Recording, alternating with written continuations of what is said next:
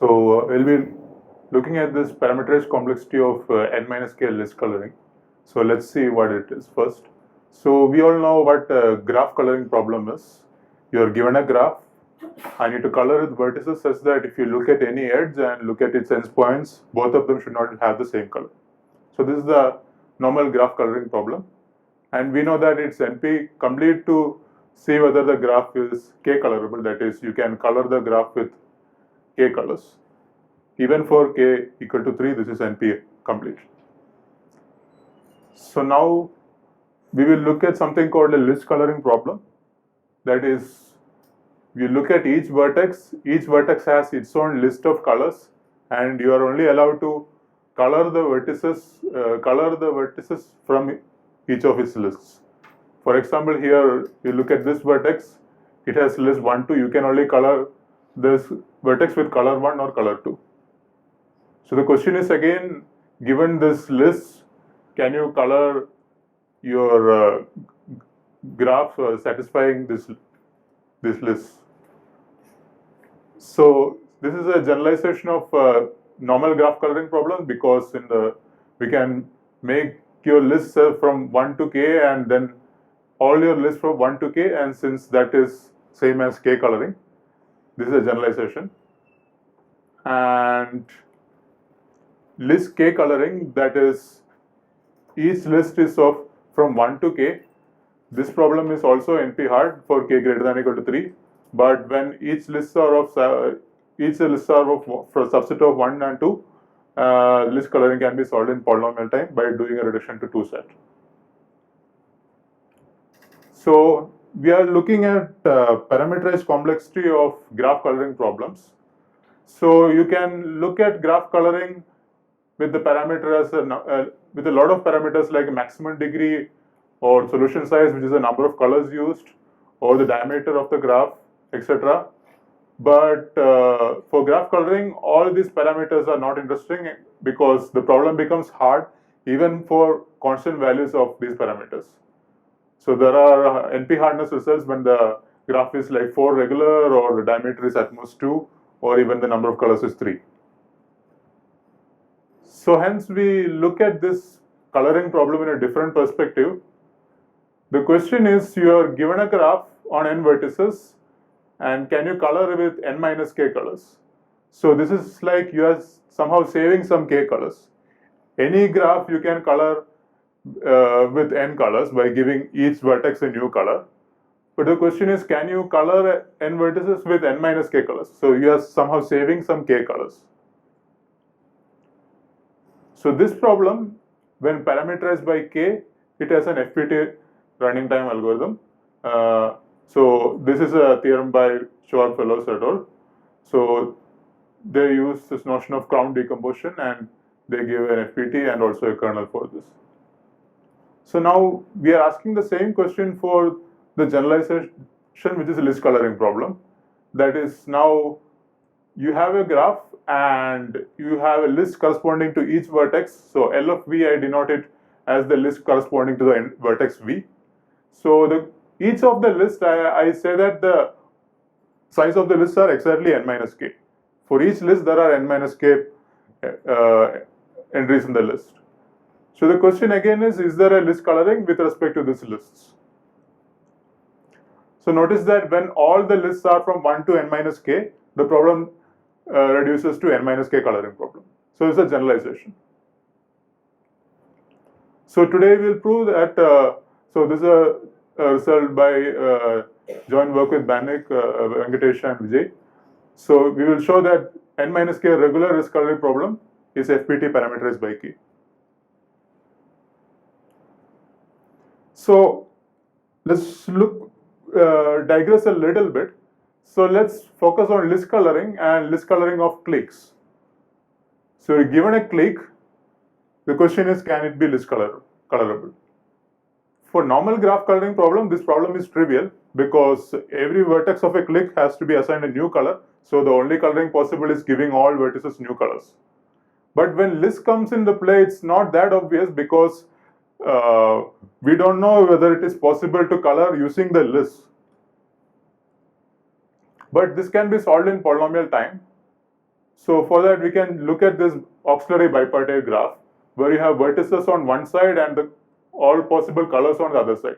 So C is the union of all the colors present in all the lists. So I add an edge VC if the color C is present in the list of V. So this is how I construct my bipartite graph. Now the claim is that if there is a matching saturating V in this bipartite graph, that is correspond to the fact that there is a list coloring in the graph. Why? Because the matching essentially is the assignment of the colors. So you have matching here, and using this matching edges, you can assign the colors to the vertices. And since it's a clique, you know that each vertex should have a new color. So we have shown that list coloring of cliques can be solved in polynomial time via this construction.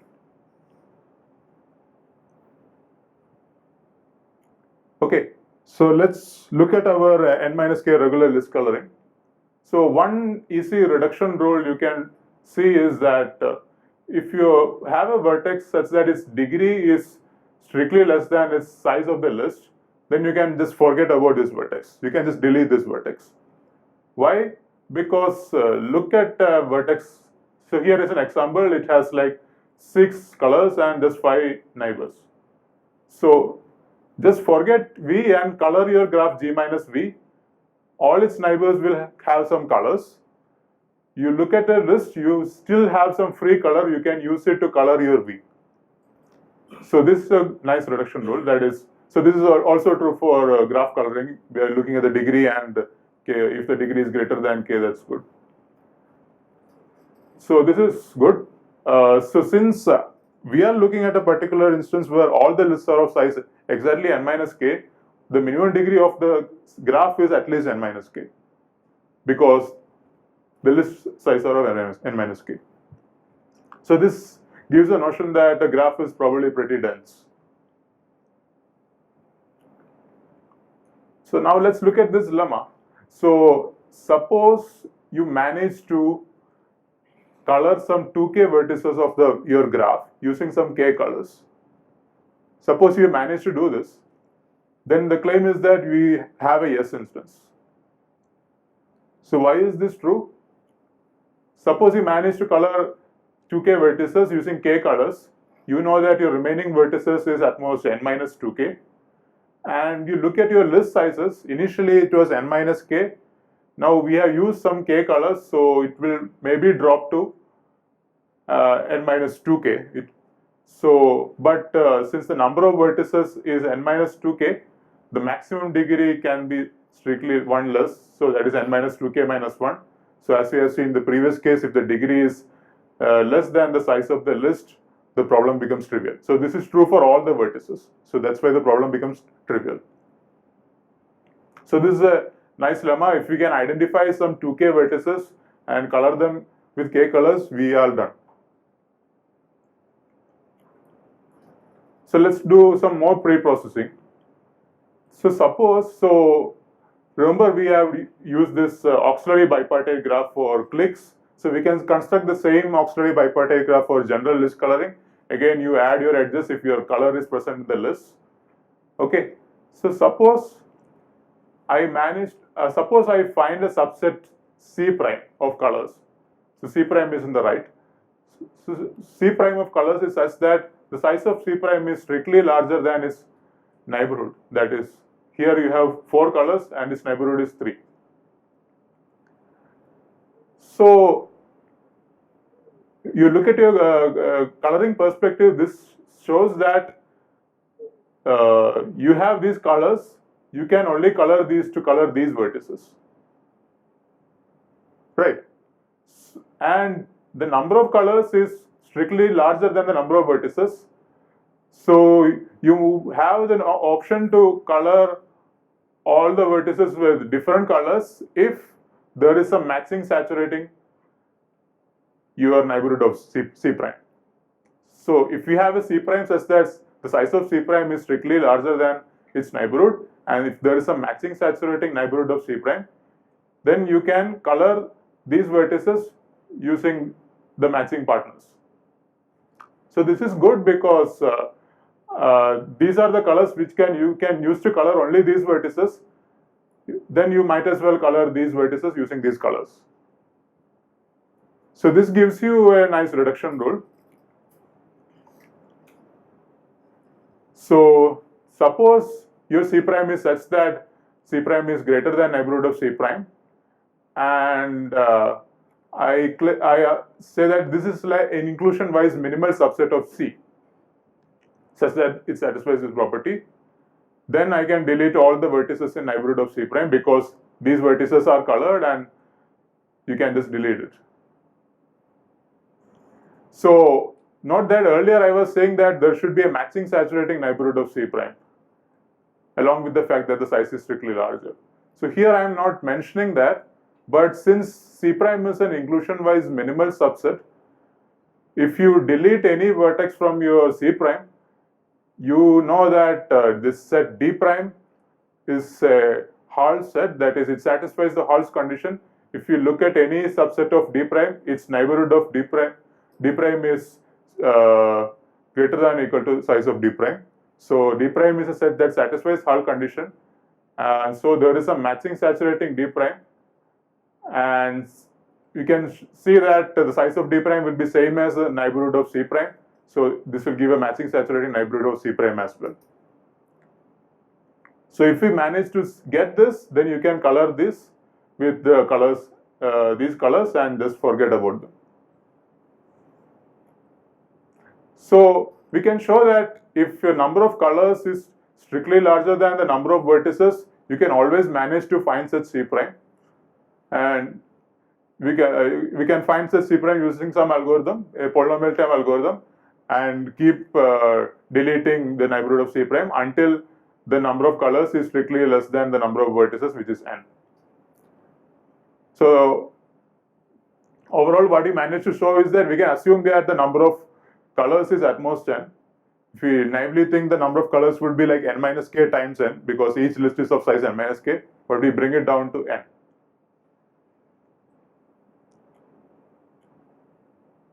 So now we have this notion of a multicolor matching. So let me define a list corresponding to an edge UV as well. So E is an edge and U and V are its endpoints. So I define the list of the edge as the intersection of the list of U and list of V. Okay. So a multicolor matching in a graph. So I am looking at the complement of the graph. Is if it is possible to color your edges of the matching with distinct colors. Okay, so why is this useful? Because this is in the graph, complement of graph. So this edge means there is a non-edge in the original graph. So this means that I can color both the endpoints of this matching edge by the same color. So these were the colors of edges. We can use the same colors to color its endpoints.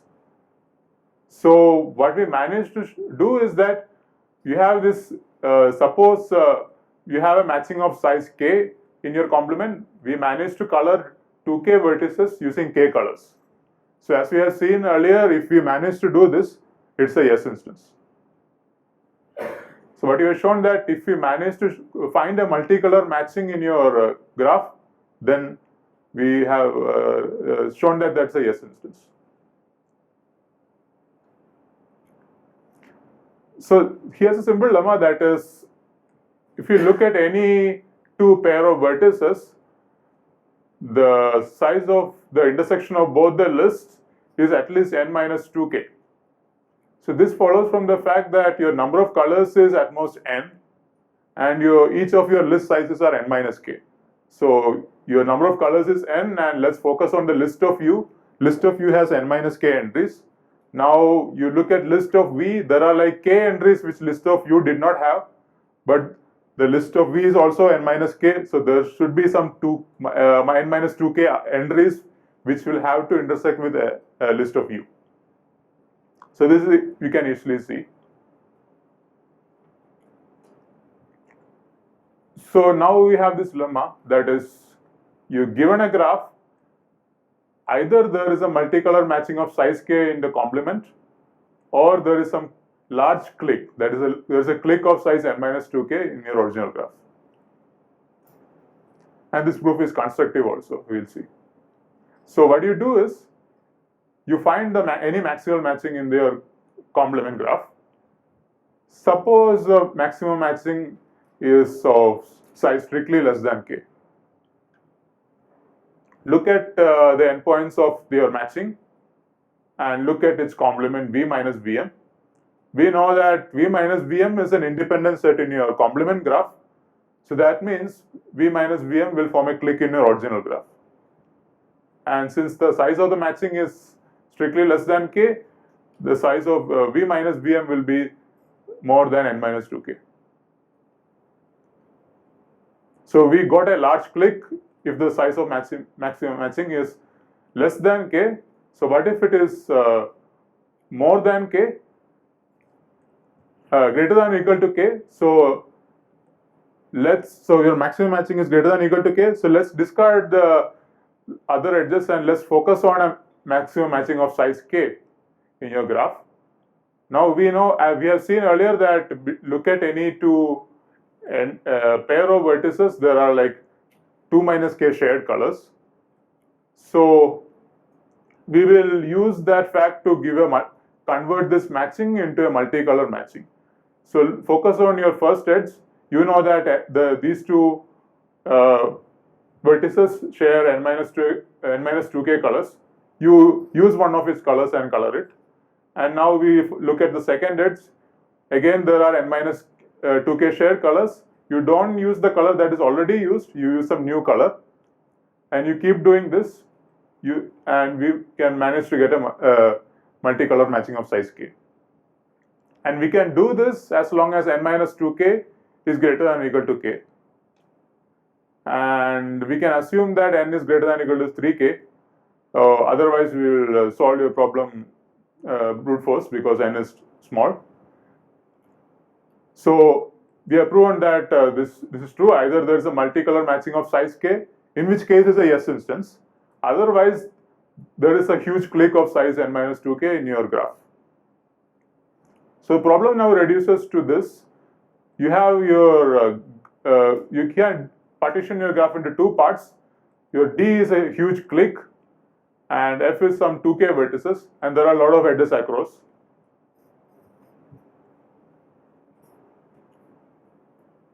So this is the problem we reduced to. So a slight digression. Suppose you are given some partition of your vertex set into color classes. Okay, so you are given your graph. You are given the color classes. That is, each Vi forms an independent set.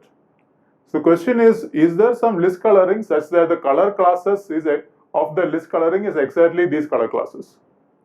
Okay. So you have a partition of your vertices into independent sets, and the question is there a list coloring such that Vi is from the color classes?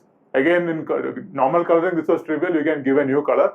Now there is this list, so the question is there a list coloring? Again, you can use your auxiliary bipartite graph idea. That is, you define each vertex corresponding to each color class, and you add your edges if your color is present in all of these vertices in the color class. And again, you see if there's a matching saturating the left-hand side. That will give you an assignment of the colors to its vertices. And we know that there's a list coloring such that the color classes are exactly this. So the idea is we have this huge graph. We will somehow guess the right color classes, the right partition of V into color classes, and then see if there is a list coloring satisfying the color classes. Okay. So I define this set X, that is F and this. So what you do is you look at every vertex in F, you see what are its non-neighbors in the graph, and I just mark these non-neighbors, and I keep doing this for each of the vertices in F, and I will get some set X. X is a union of both these things. So that's how I construct X. So like each vertex, I'll mark the non-neighbors and I will get this set. So size of X is strictly less than 2k square plus 2k.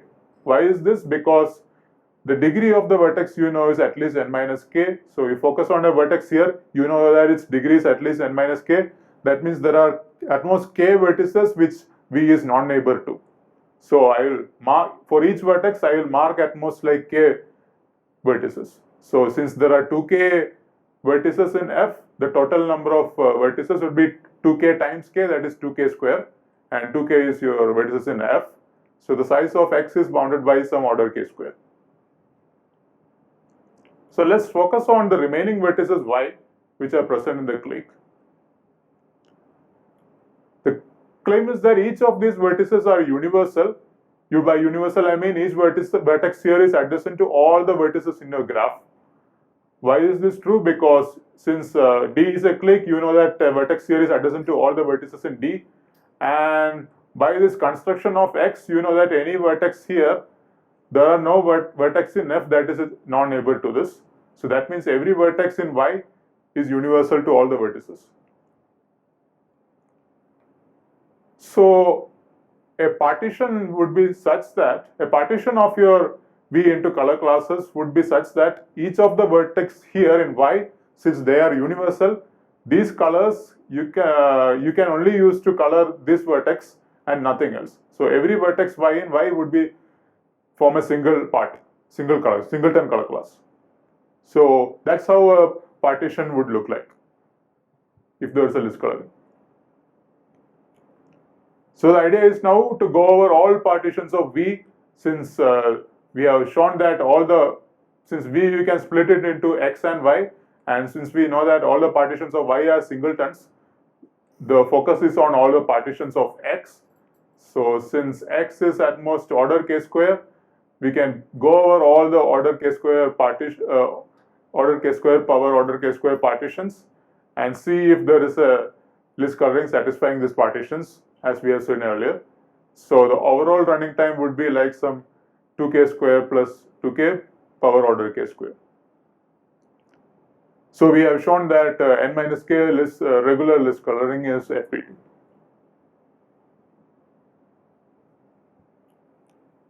So let me move on to a new problem, but it is slightly similar that we have already seen. So again, we are in your state of there is a clique and there are some k vertices.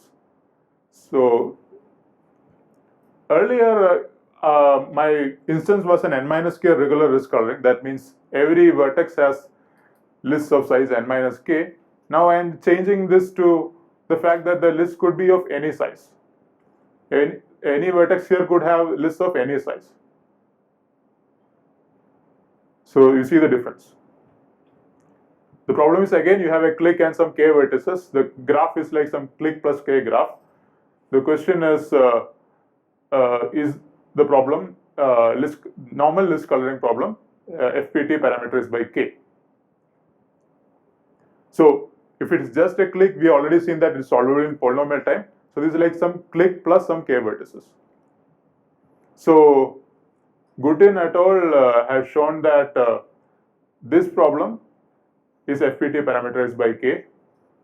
So we will see this result again.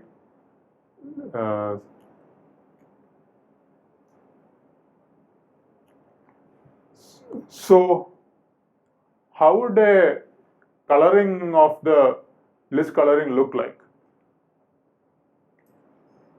We know that all the vertices in the clique should have different color, and there would be some color classes here that could share the color with the clique vertex, or there would be some color classes here that will use some totally new colors.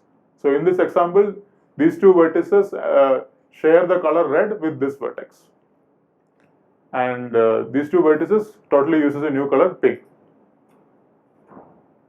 So the color classes, when you focus on the color classes and how the partition forms in F, the partition are such that some color classes share a color with the clique vertex, some color classes totally uses a new color. Clearly, this has to be independent set, and if it is sharing with a vertex with a click, this and this should form an independent set overall. So the idea is now go over all partitions of F, because F is small, it's of size k. So now you hope that you have guessed the right partition. That is, if there is a list coloring that will correspond to some partition of F, we hope that we have guessed the right partition of F. So we can divide your partition into two parts. One part F1 and F2, and F1 contains those color classes which share color with some click vertex, and F2 contains some color classes which uses a totally new color. So I have a partition of F, and I can divide my partition of F into two parts. So let's look at the auxiliary bipartite graph picture of this. So how do I define this? It's similar as earlier. For every vertex in the click, I have a vertex here, and every vertex in F2, that is those color classes in K that is using a new color, I have a vertex here. So I add an edge between, so this is matching, but that is corresponding to my solution. But this is actually a bipartite graph where I add an edge between V and C if C is present in the list of V. That is for the D vertices, and for these vertices color classes, the color should be present in all of the vertices present in this corresponding set. Okay, so solution would look like a matching. That is, these are the colors, and you can assign these colors to these vertices using the matching. Okay. But I'm kind of forgetting about F1 here. How would F1 be like? There would be some vertices in the click that is associated with some sets in F1 as well. There would be some vertex V and some set in F1 such that together they use the color C. So how can we encode this information? We do it by this edge labelings. So suppose there is a set F in F1, we focus on an edge VC. If V union F forms an independent set and C is present in the list of V as well as all the vertices in F, I will add F to the edge VC. So I will do this for every edge. So each edge will correspond to some family of subsets of F1. So the idea is that from you're given a solution which is a matching. For each solution edge in the click, there are some sets associated with F1, and we pick some from each family. I will pick some element in F1 such that together they form a list coloring. So the idea is, so this vertex and F1 together form an independent set, and they use this color. And this vertex and F3 together form an independent set, and they use this color. So if you manage to assign somehow get a matching where you can assign all the vertices present in F1 to all the edges, then we manage to get a list coloring. Okay. But there are all these edge labelings. So how do we solve this problem? So I will convert this edge to weights. So focus on an edge VC. I'm just changing this. So earlier this was F1 to F4. I'm just changing this to X1 plus X4. So for each vertex in my family, each set in F1, so I will have a corresponding variable. So if there's a set Fi, there's a corresponding variable Xi. And here I had a set F1, F4. I'm just writing it as now X1 plus X4. Okay. So now I can think this as a weight or corresponding to this edge. So each edge will have this weight summation of xi's. Same thing encoded using this, so variables. And all the other edges I will put a arbitrary, I will put this weight 1. Okay, so a solution looks like this now.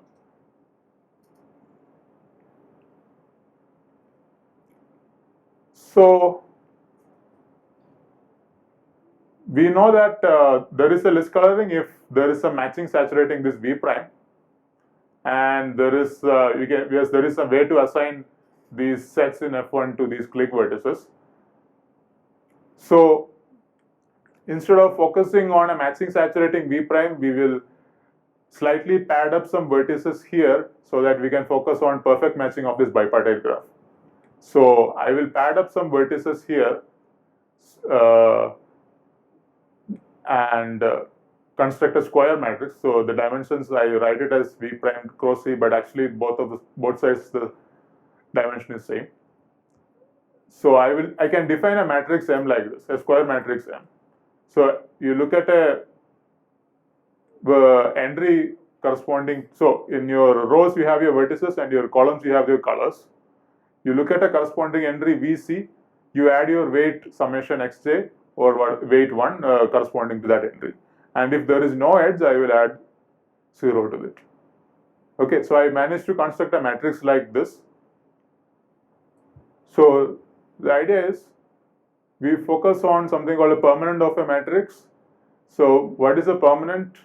We'll go over all permutations of 1 to n, I mean 1 to dimension of matrix, and look at the corresponding entries V and pi of V. So pi is a permutation, and so there is a 1-to-1 mapping here. So in your matrix, that will be like picking some entries such that if you look at each row, you pick one entry, and you pick each column, you pick one entry. So you pick some cardinality of V prime many entries such that it satisfies this. So you take the product of all these entries. Whatever matrix entry was there, you take the product of all this. So what does this correspond to? So suppose there was a 0 in one of these entries, then the whole thing will, when you take the product, the whole thing will become 0. So the surviving terms would be those terms where all of these are non-zero. And that would exactly correspond to my matching in the graph, a perfect matching in this bipartite graph. So what are these terms? The terms are such that each term is either some summation of some terms or it is 1. Okay. So permanent is this. So why am I doing this is, let's look at a monomial of this permanent. So what would that look like? So look, this is a product of some summations. So we can focus on this matching now. Fix this matching, and let's take the product of this, all these things. So how would that be? From each term, I have to pick, a monomial would be like, from each term, I am picking one of the terms. Here I will pick x1, here I will pick x3, and so on. So we wanted some way, we wanted something like each term in the set correspond to some edge here, and it covers all the sets in F1. So how would that be? Like, if you take the product of all this, that would contain this monomial summation product of all the terms. So my P is the size of my F1. For each P, there is this xi. So xj, so take all the terms, that if there is some monomial in this permanent such that it contains this, by contains I mean this divides, this product divides that monomial here, that means that the corresponding matching will give you the list coloring. So this is if and only if. So if you given a list coloring, you can construct monomial as vice versa. So these are the assignments of F1 to the edges, and now we know that this guy and F1 use this color C, this guy and F3 use this color, and so on. So this is this polynomial is the permanent of a matrix, and as you know that finding a permanent is pretty hard. But if you use a field of characteristic 2, then we know that the permanent is same as the determinant. So instead of focusing on permanent, we can focus on the determinant of the matrix, and determinant you can compute it easily. So determinant is again has the same form, but there is some sign corresponding to each permutation, but we don't have to worry about it. So we have this determinant, and we know that there is a monomial in this determinant such that the product of all the terms will divide that monomial. So let's divide this product of all the monomials to the determinant. So you're doing some polynomial division. So you will get some quotient and you'll get some remainder, and both these are polynomials. So the question of whether the determinant contains a monomial such that it can divide this, we can change it to whether this quotient polynomial is non-zero or not. So it is possible that this quotient polynomial is 0, in which case this does not divide it. Okay. So we have essentially proven that checking whether the list coloring with respect to this partition, we can see whether this polynomial is non-zero or not. And how will we compute this polynomial Q? We can compute this polynomial Q from your determinant P by some 2 power P time. There is some way. So given this, we can check whether this polynomial Q is non-zero, and this you can do by this famous Schwarzschild lemma. You randomly assign some values of Q corresponding to Q and check whether it is non-zero or not. So what we have shown is overall a randomized algorithm with running time would now depend on this 2 power P, plus the main thing is we are going over all partitions of the K vertices. So the running time would be like some K power order K. Earlier we were looking at n minus k regular list coloring, and we are giving some k square power order k square. But now we are looking at a much more general problem of clique plus k vertices, and we have shown that its running time is k power order k. So we can actually use this algorithm in our previous algorithm and get a better running time. And there are other even better running times. That is, we could drop from k power order k to in fact 2 power k by again some randomized algorithm, and again the techniques are very similar. You are using some edge labelings and computing a determinant and so on. So we will not go into that. And the other result is kernelization complexity of these two problems. So the list coloring in clique plus k graphs, it can be shown that it does not have a polynomial sized kernel, and the earlier n minus k regular list coloring, it has a kernel of k square vertices. Again, all these results are by Gutin et al. So open problems is, so we were focusing on whether there exists a list coloring or not satisfying the list. We could also focus on list colorings that minimizes the number of colors used as well for all these problems, and see whether the problem is FPT or not in that cases as well. Thank you.